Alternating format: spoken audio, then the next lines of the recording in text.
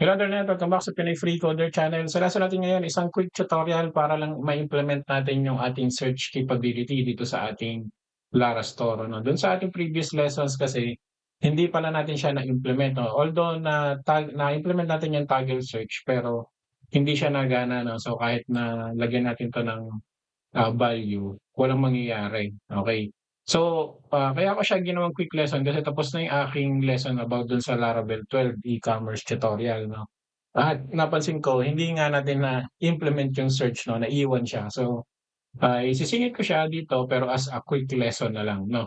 Okay, so kung hindi niyo pa alam guys, itong lesson na 'to ay tinakil natin yung Laravel 12 tapos gumamit tayo ng Inertia para magamit yung React.js as a front end dun sa ating Laravel. So kung hindi niyo pa alam guys kung paano 'to na-implement, nire-recommend ko na panoorin niyo muna 'tong ating playlist ano, bago natin gawin 'tong search, capability. Okay guys, kung ready na kayo ay simulan na natin. Okay, so dito sa ating search ano, so minimize ko lang 'to ng konti 'no. So dito sa ating search, ito yung portion na 'to, kailangan natin siyang encapsulate sa isang form. Okay, so itong div, ito 'no, itong div na 'to, control X ko lang siya, ta's gawa tayo ng form tag. Tapos saka ko siya ipe-paste sa loob. Okay, so wala tayong action.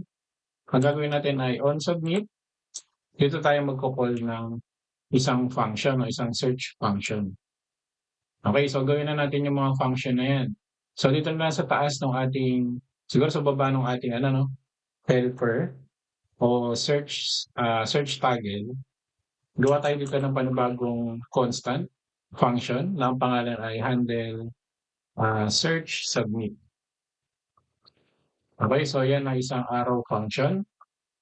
Pero kukunin natin yung ating E, which is form event na type, no? Tapos yung specifically type na yan ay HTML form element. Okay, so ito ay kailangan nating i-import from React. Ha? Okay. Tapos, a.prevent default para pag submit ng ating form, hindi magre-refresh yung page. Okay, then if search query, so wala pa pala to, no? So gagawa tayo ng search query rito sa taas. Gagawa tayo ng state. So const search query, tapos set search query equals to use state, tapos empty array lang yung ating, empty string yung ating gagawing default. Ano? So if search query, ibig sabihin kung existing siya, ano, o may value, dot trim para mawala yung white spaces. Ano? Gagawin natin guys ay router, kunin natin doon sa ating inertia, dot get, papunta dun sa ating products o dun sa kanyang sarili. No? Tapos ito-supply natin sa kanya ay yung ating search, tapos search query.trim. Okay? Tapos dito, comma na lang ano. Okay, so gagawin natin ay preserve, false natin guys, sorry no. Okay. Tapos i-empty natin, set search query, balik natin sa, ito no, balik natin sa false, i-close natin yung ating toggle. Tapos yung ating set search query, balik natin sa default na empty string. Okay, so ito ay isusupply natin dun sa ating form. Pero mamaya na kasi gagawa pa tayo guys ng constant handle search key down. Ito naman kasi gawa ng ang gusto natin, pag nag-type si user dito, tapos pinulas niya yung enter, mag-execute din yung ating search, no? Okay, so isang arrow function. Tapos ito naman ay E is equal to type React.keyboard event. Tapos yan ay HTML input element.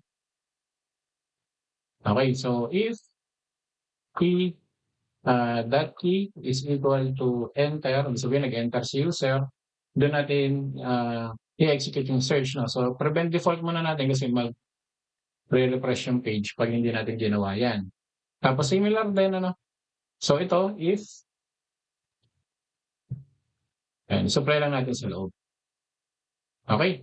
So, double check 'no, so dapat dun sa ating web.php 'pag pumunta yung get dito 'no, i-execute ko lang 'yan. Tapos ito guys, itong Prada controller nandun naman na siya 'no, dun sa Prada controller natin yung ating index, meron naman na 'tong search ito na naka-wildcard ha. Ta's kukunin niya yung parameter dun sa request na search. Okey, so everything is set na diyan, okey. So punta tayo balik tayo dun sa ating form. Okey, so dito isu-supply natin yung handle search, submit, okey. Ta's dito sa input, kailangan natin i-set yung mga state saka yung mga value 'no. So yung value niya siyempre ay yung equals dun sa ating search query, tapos on change, supply lang natin yung i 'no, o yung event, tapos set search query key.target.value.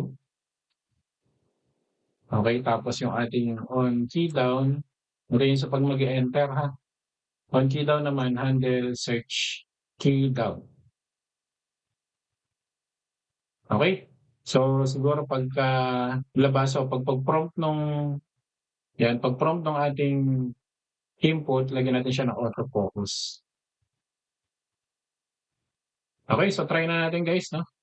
Yeah, so naka-autofocus siya. So try natin mag-search for example ay, sweater ano, sweater. So 'pag enter ko, 'yan pupunta siya dun sa ating product page dito 'no. Tapos ipapakita niya na yung mga relevant na product based dun sa ating search query which is sweater 'no.